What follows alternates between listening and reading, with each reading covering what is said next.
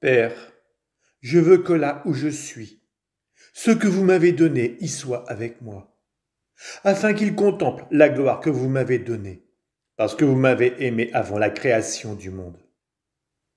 Telle est la dernière volonté du Christ, sa prière suprême avant de retourner à son Père. Il veut que là où il est, nous y soyons aussi, non seulement durant l'éternité, mais déjà dans le temps qui est l'éternité commencée, mais toujours en progrès. Il importe donc de savoir où nous devons vivre avec lui pour réaliser son rêve divin.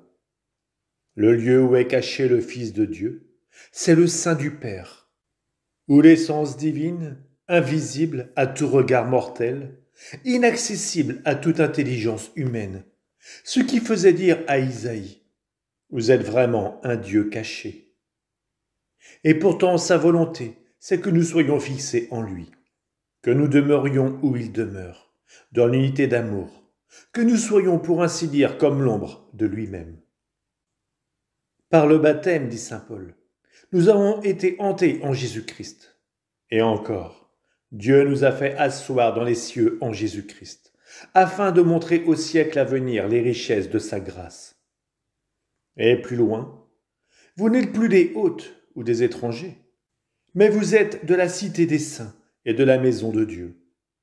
La Trinité, voilà notre demeure, notre chez nous, la maison paternelle d'où nous ne devons jamais sortir. Le Maître l'a dit un jour. L'esclave ne demeure pas toujours en la maison, mais le Fils y demeure toujours. Saint Jean. Demeurez en moi, c'est le Verbe de Dieu qui donne cet ordre, qui exprime cette volonté.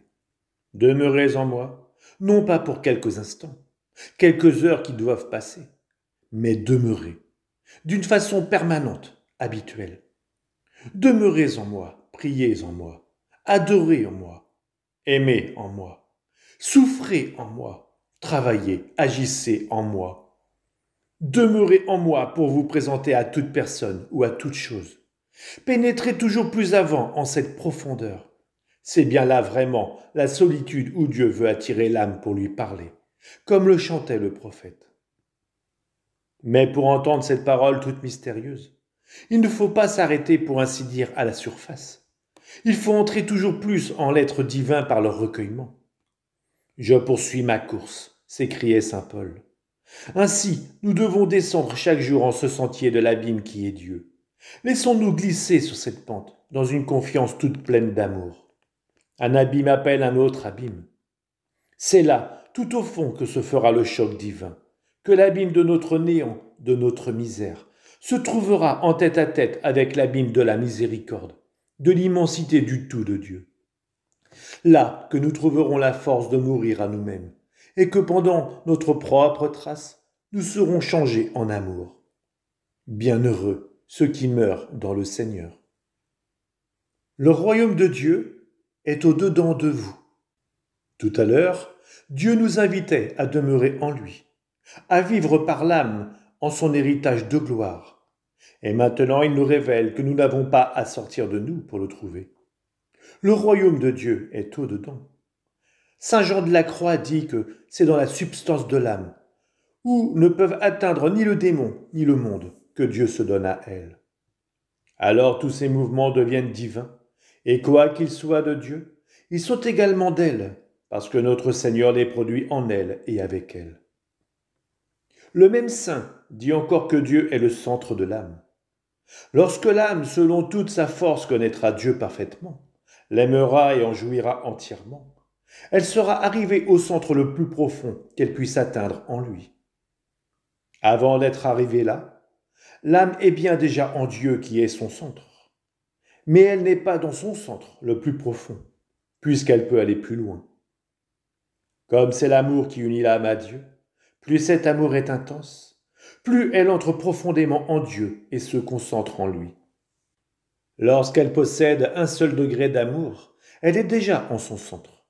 Mais quand cet amour aura atteint sa perfection, l'âme aura pénétré en son centre le plus profond. C'est là qu'elle sera transformée, au point de devenir très semblable à Dieu. À cette âme qui vit au-dedans, peuvent s'adresser les paroles du Père Lacordaire à sainte Madeleine. Ne demandez plus le maître à personne sur la terre, à personne dans le ciel, car lui, c'est votre âme, et votre âme, c'est lui. Hâte-toi de descendre, car il faut que je demeure aujourd'hui en ta maison. Le maître redit incessamment à notre âme cette parole qu'il adressait un jour à Zachée.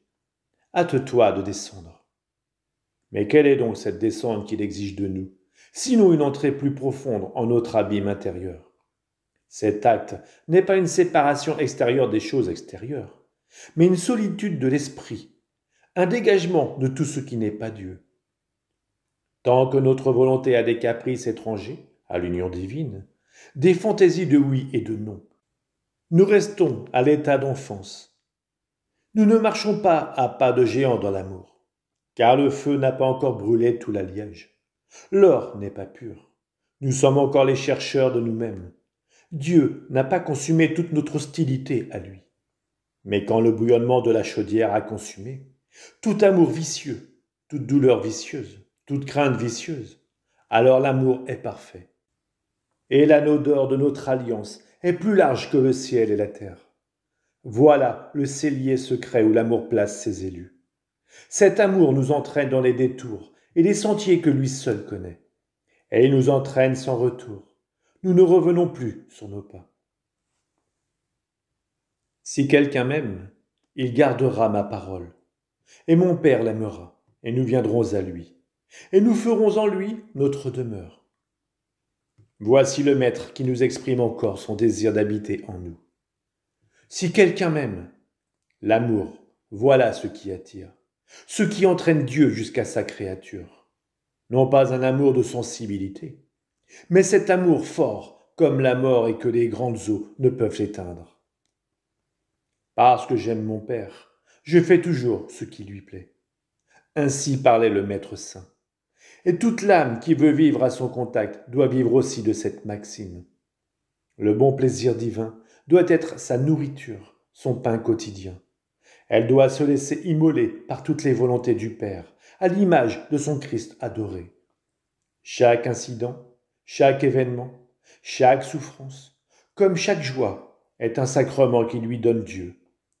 Aussi, elle ne fait plus de différence entre ces choses. Elle les franchit, elle les dépasse pour se reposer, au-dessus de tout en son Maître lui-même. Elle l'exalte bien haut sur la montagne de son cœur. Oui, plus haut que ses dons, ses consolations, plus haut que les douceurs qui tombent de lui. La propriété de l'amour est de ne jamais se rechercher, de ne rien se réserver, mais de donner tout à celui qui l'aime. Heureuse l'âme qui aime en vérité. Le Seigneur est devenu son captif par amour. Vous êtes mort et votre vie est cachée en Dieu avec Jésus-Christ. Voici saint Paul qui vient nous donner une lumière pour nous éclairer sur le sentier de l'abîme. Vous êtes mort. Qu'est-ce à dire? Sinon que l'âme qui aspire à vivre au contact de Dieu, dans la forteresse inexpugnable du saint recueillement, doit être séparée, dépouillée, éloignée de toute chose. Quant à l'esprit, cette âme trouve en elle-même une simple pente d'amour qui va vers Dieu, quoi que fassent les créatures. Elle est invincible aux choses qui passent, car elle passe au-dessus d'elles, visant à Dieu. Codidie morior. Je meurs chaque jour. Je diminue. Je me renonce plus que chaque jour afin qu'en moi le Christ grandisse et soit exalté. Je réside toute petite au fond de ma pauvreté. Je vois mon néant, ma misère, mon impuissance. Je m'aperçois incapable de progrès, de persévérance. Je vois la multitude de mes négligences, de mes défauts. Je m'apparais dans mon indigence. Je me prosterne dans ma misère, reconnaissant ma détresse. Je l'étale devant la miséricorde de mon Maître. Quotidie morior. Je mets la joie de mon âme, ceci quant à la volonté et non pour la sensibilité, dans tout ce qui peut m'immoler, me détruire, m'abaisser. Car je veux faire la place à mon Maître. Ce n'est plus moi qui vis, c'est lui qui vit en moi. Je ne veux plus vivre de ma propre vie, mais être transformé en Jésus-Christ, afin que ma vie soit plus divine qu'humaine. Et que le Père, en se penchant sur moi, puisse reconnaître l'image du Fils bien-aimé en qui il a mis toutes ses complaisances. Deus ignis consumens. Notre Dieu, écrivait saint Paul, est un feu consumant, c'est-à-dire un feu d'amour qui détruit, qui transforme en lui-même tout ce qu'il touche. Les délices de l'embrasement divin sont renouvelés au fond de nous par une activité qui ne se relâche jamais. C'est l'embrasement de l'amour dans une complaisance mutuelle et éternelle. C'est un renouvellement qui se fait à toute heure dans le nœud de l'amour. Certaines âmes ont choisi cet asile pour s'y reposer éternellement. Et voilà le silence où elles se sont en quelque façon perdues. Délivrées de leur prison, elles naviguent dans l'océan de la divinité sans qu'aucune créature leur soit obstacle ou gêne. Pour ces âmes, l'amour mystique dont saint Paul nous parlait hier devient si simple, si suave. Elles pensent toujours moins au travail de destruction et de dépouillement qu'il leur reste à faire qu'à se plonger dans le foyer d'amour qui brûle en elles, et qui n'est autre que l'Esprit Saint, ce même amour qui dans la Trinité est le lien du Père et de son Verbe. Elles entrent en lui par la foi vive, et là, simples, paisibles, elles sont emportées par lui au-dessus des choses, des goûts sensibles, dans la ténèbre sacrée, et transformées en image divine. Elles vivent, selon l'expression de saint Jean, en société avec les trois adorables personnes. Leur vie est commune, et c'est là la vie contemplative. Cette contemplation conduit à la possession. Or, cette possession, simple, est la vie éternelle goûtée dans le lieu sans fond. C'est là qu'au-dessus de la raison nous attend la tranquillité profonde de la divine immutabilité. Je suis venu allumer le feu sur la terre, et que dirais-je sinon de le voir brûler? C'est le Maître lui-même qui vient nous exprimer son désir de voir brûler le feu d'amour. En effet, toutes nos œuvres, tous nos travaux ne sont rien devant lui. Nous ne pouvons rien lui donner, ni satisfaire son unique désir qui est de relever la dignité de notre âme. Rien ne lui plaît autant que de la voir grandir. Or, rien ne peut l'élever autant que de devenir en quelque sorte l'égal de Dieu.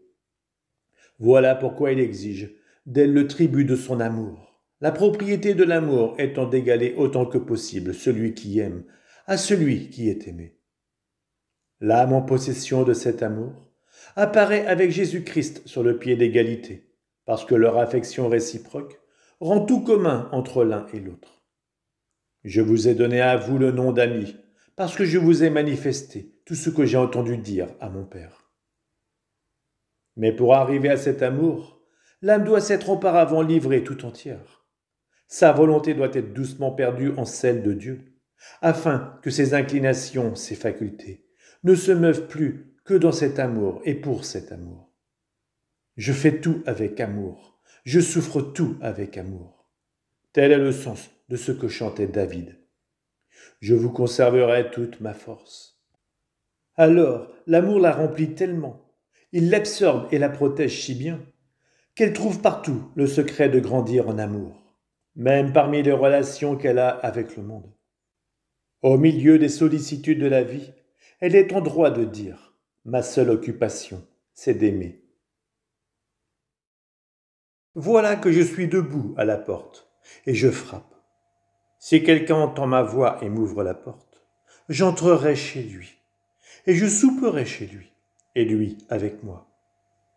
Heureuses les oreilles de l'âme assez éveillées, assez recueillies pour entendre cette voix du Verbe de Dieu. Heureux aussi les yeux de cette âme qui, sous la lumière de la foi vive et profonde, peut assister à l'arrivée du Maître en son sanctuaire intime. Mais quelle est donc cette arrivée? C'est une génération incessante, une illustration sans défaillance. Le Christ vient avec ses trésors. Mais tel est le mystère des rapidités divines qu'il arrive continuellement. Toujours pour la première fois, comme si jamais il n'était venu. Car son arrivée, indépendante du temps, consiste dans un éternel maintenant, et un éternel désir renouvelle éternellement les joies de l'arrivée. Les délices qu'il apporte sont infinies, puisqu'elles sont lui-même. La capacité de l'âme, dilatée par l'arrivée du Maître, semble sortir d'elle-même pour passer à travers les murs dans l'immensité de celui qui arrive. Et il se passe un phénomène que voici. C'est Dieu qui, au fond de nous, reçoit Dieu venant à nous. Et Dieu contemple Dieu. Dieu en qui consiste la béatitude. Celui qui mange ma chair et boit mon sang demeure en moi et moi en lui. Le premier signe de l'amour, c'est que Jésus nous a donné sa chair à manger, son sang à boire. Le propre de l'amour est de toujours donner et toujours recevoir. Or, l'amour du Christ est libéral. Tout ce qu'il a, tout ce qu'il est, il le donne. Tout ce que nous avons, tout ce que nous sommes, il l'enlève. Il demande plus que nous ne sommes par nous-mêmes capables de donner. Il a une faim immense qui veut nous dévorer absolument. Il entre jusque dans la moelle de nos os, et plus nous le lui permettons avec amour, plus nous le goûtons avec ampleur. Il sait que nous sommes pauvres, mais il n'en tient aucun compte, et ne nous fait grâce de rien. Il se fait en nous son pain lui-même, brûlant d'abord, dans son amour, vice, faute et péché. Puis quand il nous voit purs, il arrive béant comme un vautour qui va tout dévorer. Il veut consumer notre vie pour la changer en la sienne, la nôtre pleine de vices, la sienne pleine de grâce et de gloire, toute préparée pour nous, si seulement nous nous renonçons. Si nos yeux étaient assez bons pour voir cette avide appétence du Christ, qui a faim de notre salut, tous nos efforts ne nous empêcheraient pas de nous envoler dans sa bouche ouverte. Cela a l'air d'une absurdité. Ceux qui aiment comprendront. Quand nous recevons le Christ avec le dévouement intérieur, son sang plein de chaleur et de gloire coule dans nos veines, et le feu prend au fond de nous. Et la ressemblance de ses vertus nous vient, et il vit en nous, et nous vivons en lui. Et il nous donne son âme avec la plénitude de la grâce par laquelle l'âme persiste dans la charité et la louange du Père. L'amour entraîne en soi son objet. Nous entraînons en nous Jésus. Jésus nous entraîne en lui. Alors emportés au-dessus de nous dans l'intérieur de l'amour, visant à Dieu, nous allons au-devant de lui, au-devant de son esprit, qui est son amour, et cet amour nous brûle, nous consume, et nous attire dans l'unité où nous attend la béatitude. Jésus-Christ regardait là quand il disait « J'ai désiré d'un grand désir de manger cette Pâque avec vous ». Pour s'approcher de Dieu, il faut croire. C'est saint Paul qui parle ainsi. Il dit encore « La foi est la substance des choses que l'on doit espérer et la démonstration de celles que l'on ne voit pas. » C'est-à-dire que la foi nous rend tellement certains et présents, les biens futurs, que par elle ils prennent être en notre âme et qu'ils y subsistent avant que nous en jouissions. Saint Jean de la Croix dit qu'elle nous sert de pied pour aller à Dieu, et encore qu'elle est la possession à l'état obscur. C'est elle, seule, qui peut nous donner de véritables lumières sur celui que nous aimons, et notre âme doit la choisir comme le moyen pour parvenir à l'union bienheureuse.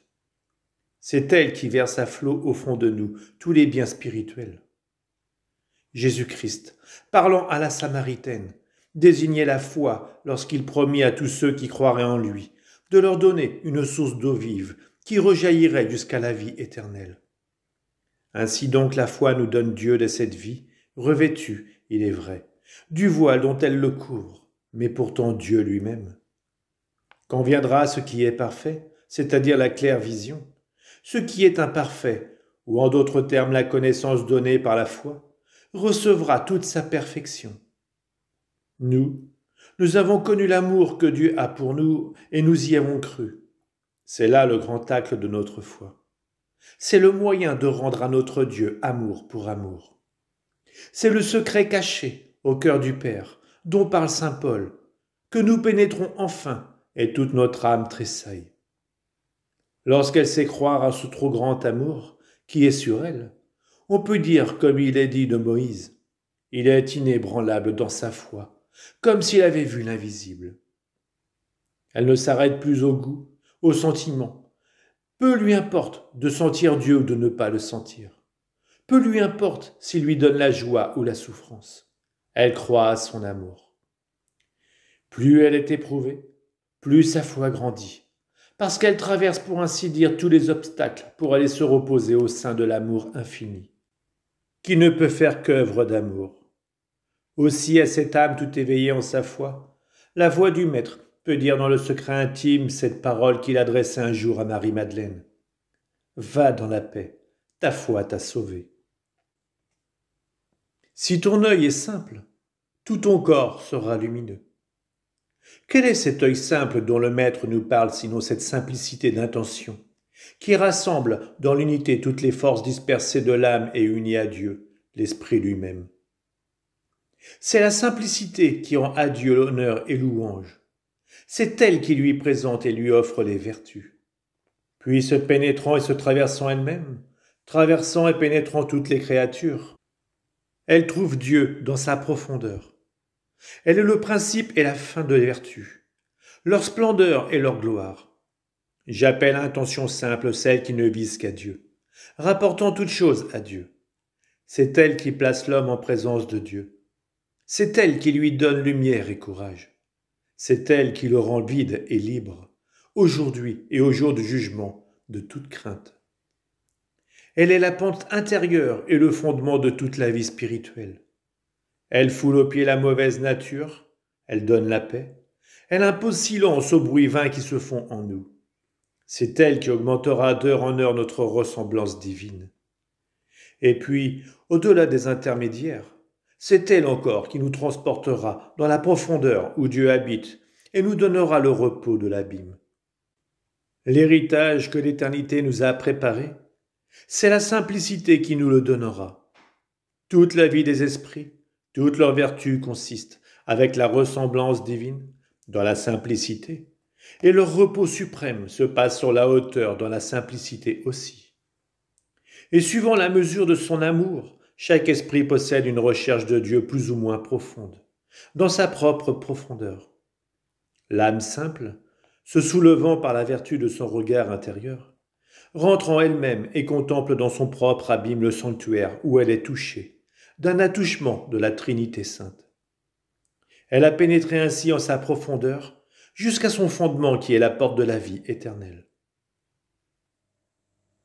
Dieu nous a élus en lui avant la création, avant que nous soyons immaculés et saints en sa présence, dans l'amour. La Sainte Trinité nous a créés à son image, d'après l'exemple éternel de nous-mêmes qu'elle possédait dans son sein avant que le monde fût créé. En ce commencement, sans commencement dont parle Bossuet après Saint Jean.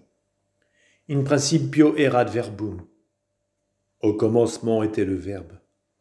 Et l'on peut ajouter, au commencement était le néant, car Dieu, en son éternelle solitude, nous portait déjà dans sa pensée. Le Père se contemple lui-même, dans l'abîme de sa fécondité. Et voici que par l'acte même de se comprendre, il engendre une autre personne, le Fils, son Verbe éternel. Le type de toutes les créatures, qui n'étaient pas encore sorties du néant, résidaient éternellement en lui. Et Dieu les voyait et les contemplait dans leur type, même en lui-même. Cette vie éternelle que nos types possèdent sans nous en Dieu est la cause de notre création.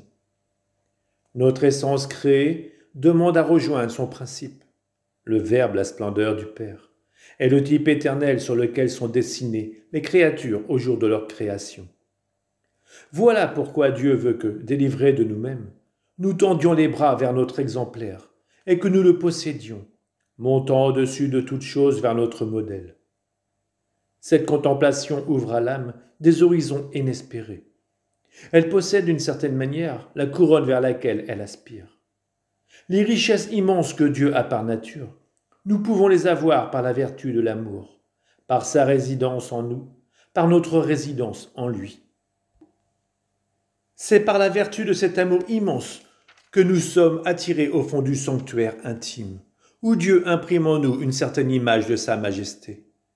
C'est donc grâce à l'amour, et par l'amour, comme le dit l'apôtre, que nous pouvons être immaculés et saints en présence de Dieu, et chanter avec David « Je serai sans tache, et je me garderai du fond d'iniquité qui est en moi. »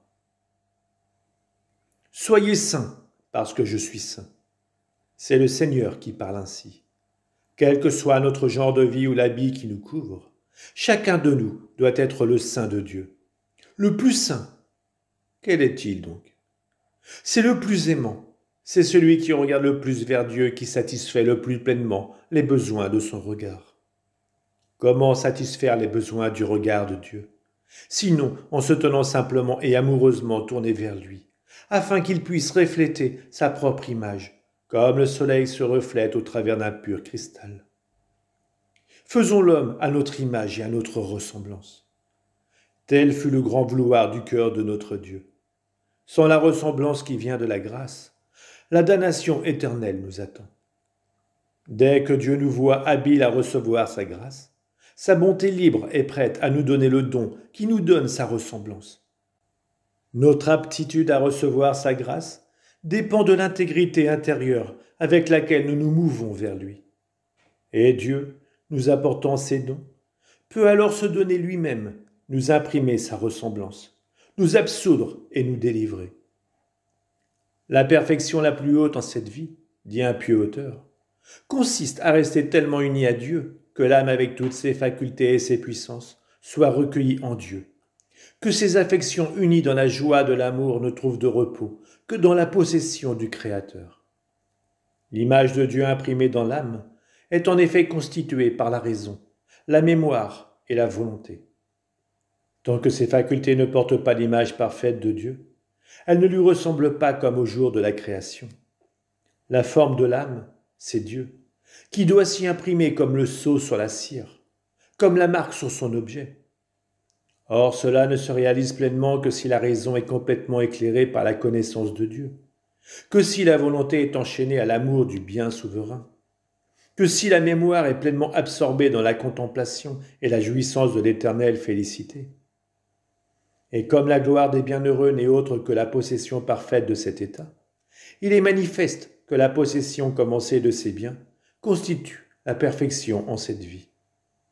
Pour réaliser cet idéal, il faut se tenir recueilli au-dedans de soi-même, se tenir en silence en présence de Dieu, tandis que l'âme s'abîme, se dilate, s'enflamme et se fond en lui avec une plénitude sans limite. Ce que Dieu a connu en sa préscience, il les a aussi prédestinés pour être conformes à l'image de son divin Fils. Et ceux qu'il a prédestinés, il les a appelés. Et ceux qu'il a appelés, il les a justifiés. Et ceux qu'il a justifiés, il les a glorifiés. Après cela, que disons-nous? Si Dieu est pour nous, qui sera contre nous? Qui me séparera de la charité de Jésus-Christ? Tel apparaît au regard éclairé de l'apôtre le mystère de la prédestination, le mystère de l'élection divine, ceux qu'il a connus. N'avons-nous pas été du nombre? Dieu ne peut-il pas dire à notre âme ce qu'il disait jadis par la voix de son prophète? J'ai passé près de vous et je vous ai considéré. J'ai vu que le temps était venu pour vous d'être aimés. J'ai étendu sur vous mon vêtement. Je vous ai juré de vous protéger. J'ai fait alliance avec vous, et vous êtes devenus miennes. Oui, nous sommes devenus siennes par le baptême. C'est ce que saint Paul veut dire par ces paroles. Il les a appelés. Oui, appelés à recevoir le sceau de la Sainte Trinité, en même temps que nous avons été faites, selon le langage de saint Pierre, participantes de la nature divine. Nous avons reçu un commencement de son être, puis il nous a justifiés par ses sacrements, par ses attouchements directs dans le recueillement au fond de notre âme, justifiés aussi par la foi, et selon la mesure de notre foi dans la rédemption que Jésus-Christ nous a acquise. Enfin, il veut nous glorifier, et pour cela, dit saint Paul, il nous a rendus dignes d'avoir part à l'héritage des saints, dans la lumière, mais nous serons glorifiés dans la mesure où nous aurons été conformes à l'image de son divin Fils. Contemplons donc cette image adorée. Tenons-nous sans cesse sous son rayonnement pour qu'elle s'imprime en nous. Puis allons à toute chose dans l'attitude d'âme, où s'y rendrait notre Maître Saint. Alors nous réaliserons la grande volonté par laquelle Dieu a résolu en soi-même de restaurer toute chose dans le Christ. Il me semble que tout est perte, depuis que je sais ce qu'a de transcendant la connaissance du Christ Jésus, mon Seigneur. Pour son amour, j'ai tout perdu, tenant toute chose pour du fumier, afin de gagner le Christ. Ce que je veux, c'est le connaître, lui, la communion à ses souffrances et la conformité à sa mort. Je poursuis ma route, tâchant d'atteindre là où il m'a destiné en me prenant. Tout mon souci est d'oublier ce qui est en arrière, de tendre constamment vers ce qui est en avant. Je cours droit au but, à la vocation à laquelle Dieu m'a appelé dans le Christ Jésus. C'est-à-dire, je ne veux plus rien sinon être identifié avec lui. Mi vivere Christus est. Le Christ est ma vie. Toute l'âme ardente de saint Paul passe au travers ces lignes. Pendant cette retraite, dont le but est de nous rendre plus conformes à notre Maître adoré, plus que cela, de nous fondre si bien en lui que nous puissions dire « Je ne vis plus, c'est lui qui vit en moi ». Et ce que j'ai de vie en ce corps de mort, je l'ai en la foi du Fils de Dieu, qui m'a aimé et s'est livré pour moi. Oh, étudions ce modèle divin. Sa connaissance, nous dit l'apôtre, est si transcendante. Et d'abord, entrant dans le monde, qu'a-t-il dit ? Les holocaustes ne vous sont plus agréables. Alors j'ai pris corps. Me voici, ô Dieu, pour faire votre volonté. Durant ces 33 années, cette volonté fut si bien son pain de chaque jour, qu'au moment de remettre son âme entre les mains de son Père, il pouvait lui dire « Tout est consommé ». Oui, toutes vos volontés, toutes ont été accomplies. C'est pourquoi je vous ai glorifié sur la terre. En effet, Jésus-Christ, parlant à ses apôtres de cette nourriture qu'ils ne connaissaient pas, leur disait qu'elle était de faire la volonté de celui qui l'avait envoyé. Aussi il pouvait dire « Je ne suis jamais seul. Celui qui m'a envoyé est toujours avec moi, parce que je fais toujours ce qui lui plaît. » Mangeons avec amour ce pain de la volonté de Dieu. Si parfois ces volontés sont plus crucifiantes, nous pouvons dire sans doute avec notre Maître adoré, « Père, s'il est possible que ce calice s'éloigne de moi. » Mais nous ajouterons aussitôt, « Non pas comme je le veux, mais comme vous voulez. » Et dans le calme et la force, avec le divin crucifié, nous gravirons aussi notre calvaire, chantons au fond de nos âmes, faisant monter vers le Père une hymne d'action de grâce, car ceux qui marchent en cette voie douloureuse, ce sont ceux-là qu'il a connus et prédestinés pour être conformes à l'image de son divin Fils, le crucifié par amour. Dieu nous a prédestinés à l'adoption des enfants par Jésus-Christ, en union avec lui, selon le décret de sa volonté, pour faire éclater la gloire de sa grâce, par laquelle il nous a justifiés en son Fils bien-aimé, dans lequel nous avons la rédemption par son sang, la rémission des péchés selon les richesses de sa grâce qui a surabondé en nous, en toute sagesse et prudence. L'âme réellement, devenue fille de Dieu, est selon la parole de l'apôtre, mue par l'Esprit Saint lui-même.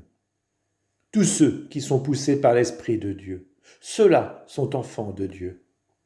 Et encore, nous n'avons pas reçu l'esprit de servitude, pour nous conduire encore par la crainte, mais l'esprit d'adoption des enfants, dans lequel nous crions « Abba, Père ». En effet, l'Esprit lui-même rend témoignage à notre esprit que nous sommes enfants de Dieu. Mais si nous sommes enfants, nous sommes aussi héritiers. Je dis héritiers de Dieu et cohéritiers de Jésus-Christ. Si toutefois nous souffrons avec lui pour être glorifiés avec lui. C'est pour nous faire parvenir jusqu'à cet abîme de gloire que Dieu nous a créés à son image et à sa ressemblance. Voyez, dit saint Jean, de quelle charité nous a gratifié le Père, en nous donnant d'être appelés enfants de Dieu, et de l'être en réalité. Dès maintenant, nous sommes enfants de Dieu, et on n'a pas encore vu ce que nous serons. Nous savons que lorsqu'il se montrera, nous serons semblables à lui, parce que nous le verrons tel qu'il est. Et quiconque a cette espérance en lui se sanctifie, comme lui-même est saint. Voilà la mesure de sainteté des enfants de Dieu. Être saint comme Dieu, être saint de la sainteté de Dieu.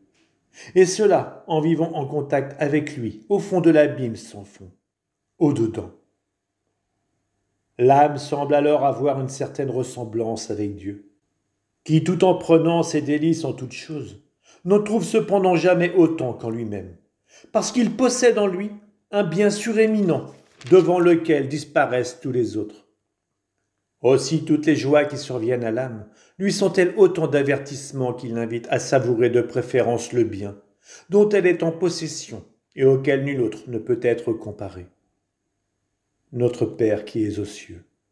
C'est dans ce petit ciel qu'il s'est fait au centre de notre âme, que nous devons le chercher et surtout que nous devons demeurer.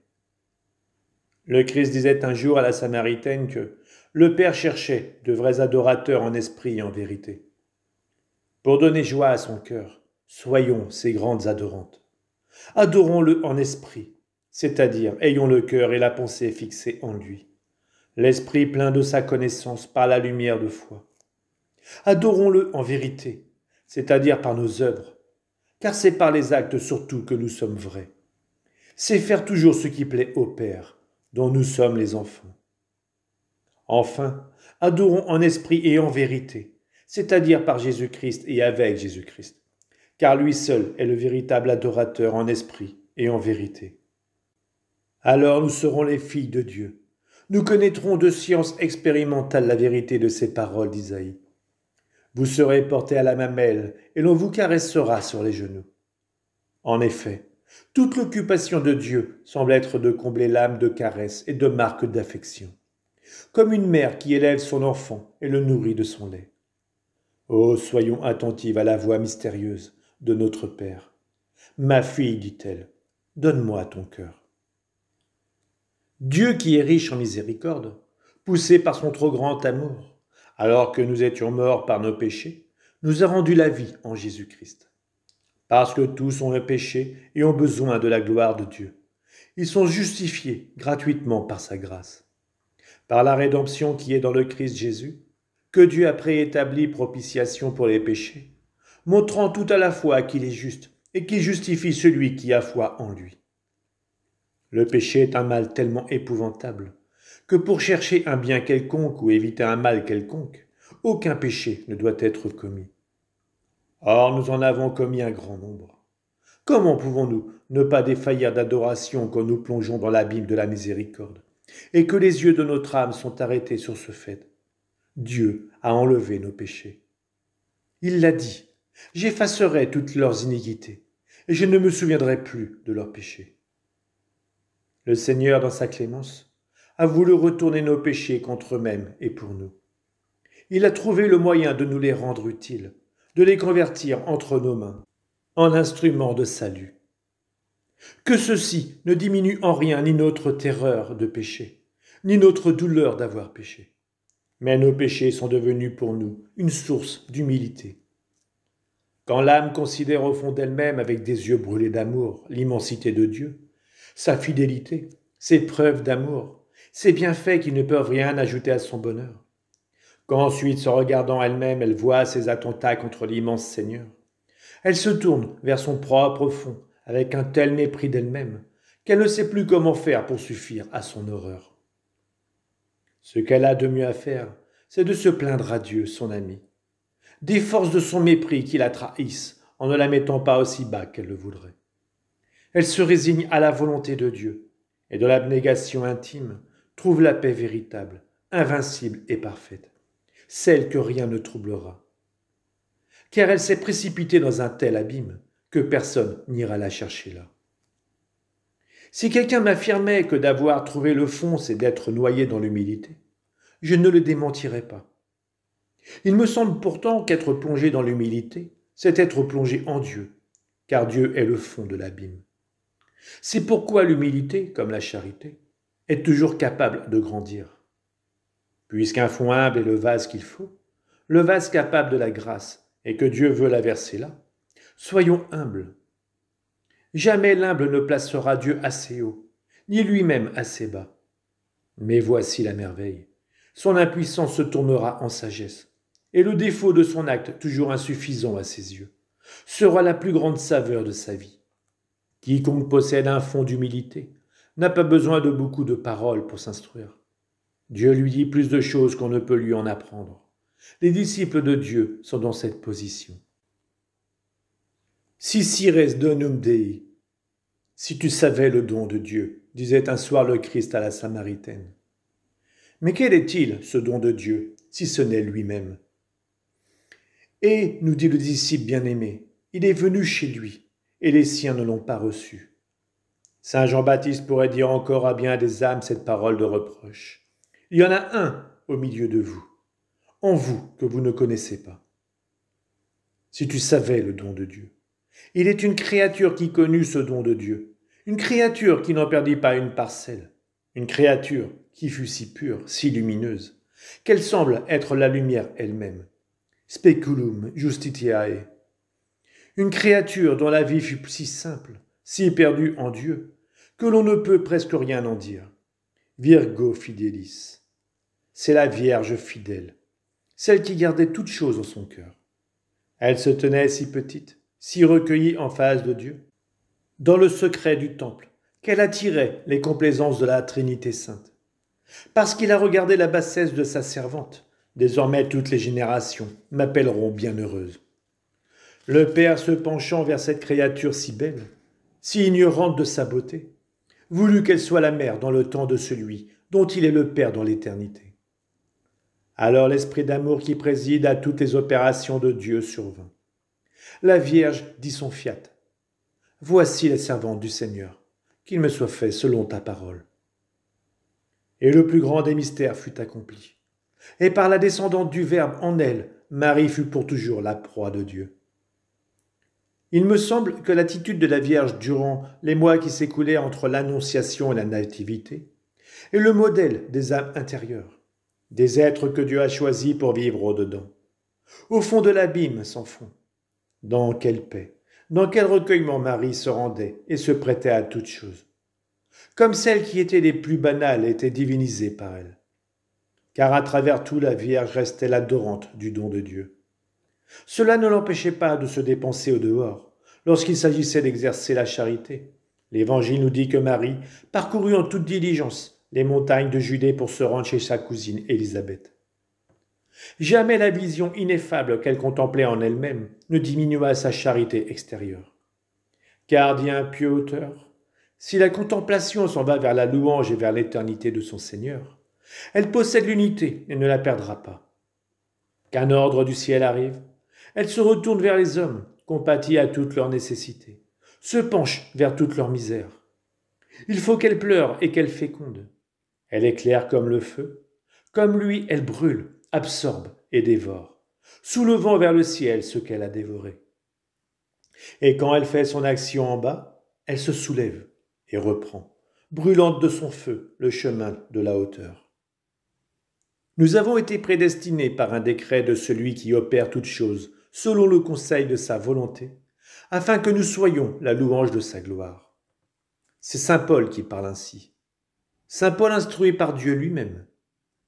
Comment réaliser ce grand rêve du cœur de notre Dieu, ce vouloir immuable sur nos âmes? Comment, en un mot, répondre à notre vocation et devenir parfaite louange de gloire de la très sainte Trinité? Au ciel, chaque âme est une louange de gloire au Père, au Verbe, à l'Esprit Saint, parce que chaque âme est fixée dans le pur amour et ne vit plus de sa vie propre, mais de la vie de Dieu. Alors elle le connaît, dit saint Paul, comme elle est connue de lui. En d'autres termes, son entendement est l'entendement de Dieu, sa volonté la volonté de Dieu, son amour l'amour même de Dieu. C'est en réalité l'esprit d'amour et de force qui transforme l'âme, car lui ayant été donné pour suppléer à ce qui lui manque, comme dit encore saint Paul, il opère en elle cette glorieuse transformation. Saint Jean de la Croix affirme que peu s'en faut que l'âme livrée à l'amour, par la vertu de l'Esprit Saint, ne s'élève jusqu'au degré dont nous venons de parler.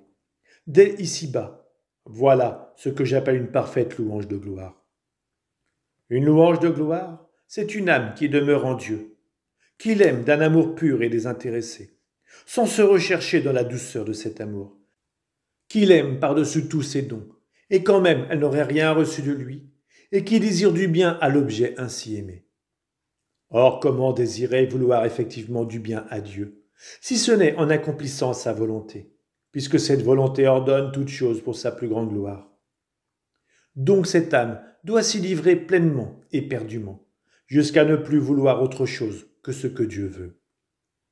Une louange de gloire, c'est une âme de silence qui se tient comme une lyre, sous la touche mystérieuse de l'Esprit Saint, afin qu'il en fasse sortir des harmonies divines. Elle sait que la souffrance est une corde qui produit des sons plus beaux encore. Aussi elle aime la voir à son instrument afin de remuer plus délicieusement le cœur de son Dieu. Une louange de gloire, c'est une âme qui fixe Dieu dans la foi et la simplicité. C'est un réflecteur de tout ce qu'il est. C'est comme un abîme sans fond dans lequel il peut s'écouler, s'épancher.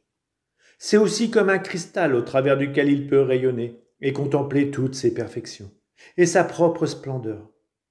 Une âme qui permet ainsi à l'être divin de rassasier en elle son besoin de communiquer tout ce qu'il est et tout ce qu'il a, est en réalité la louange de gloire de tous ses dons. Enfin, une louange de gloire est un être toujours dans l'action de grâce. Chacun de ses actes, de ses mouvements, chacune de ses pensées, de ses aspirations, en même temps qu'il l'enracine plus profondément en l'amour, sont comme un écho du Sanctus éternel. Au ciel de la gloire, les bienheureux n'ont de repos ni jour ni nuit, disant « Saint, Saint, Saint le Seigneur Tout-Puissant ». Et se prosternant, ils adorent celui qui vit dans les siècles. Dans le ciel de son âme, la louange de gloire commence déjà son office de l'éternité. Son cantique est ininterrompu, car elle est sous l'action de l'Esprit Saint qui opère tout en elle. Et quoiqu'elle n'en ait pas toujours conscience, car la faiblesse de la nature ne lui permet pas d'être fixée en Dieu sans distraction, elle chante toujours, elle adore toujours. Elle est pour ainsi dire toute passée dans la louange et l'amour, dans la passion de la gloire de son Dieu. Dans le ciel de notre âme, soyons louanges de gloire de la Sainte Trinité, louanges d'amour de notre Mère Immaculée. Un jour le voile tombera, nous serons introduites dans les parvis éternels, et là nous chanterons au sein de l'amour infini. Et Dieu nous donnera le nom nouveau promis au vainqueur. Quel sera-t-il? Laudem gloriae,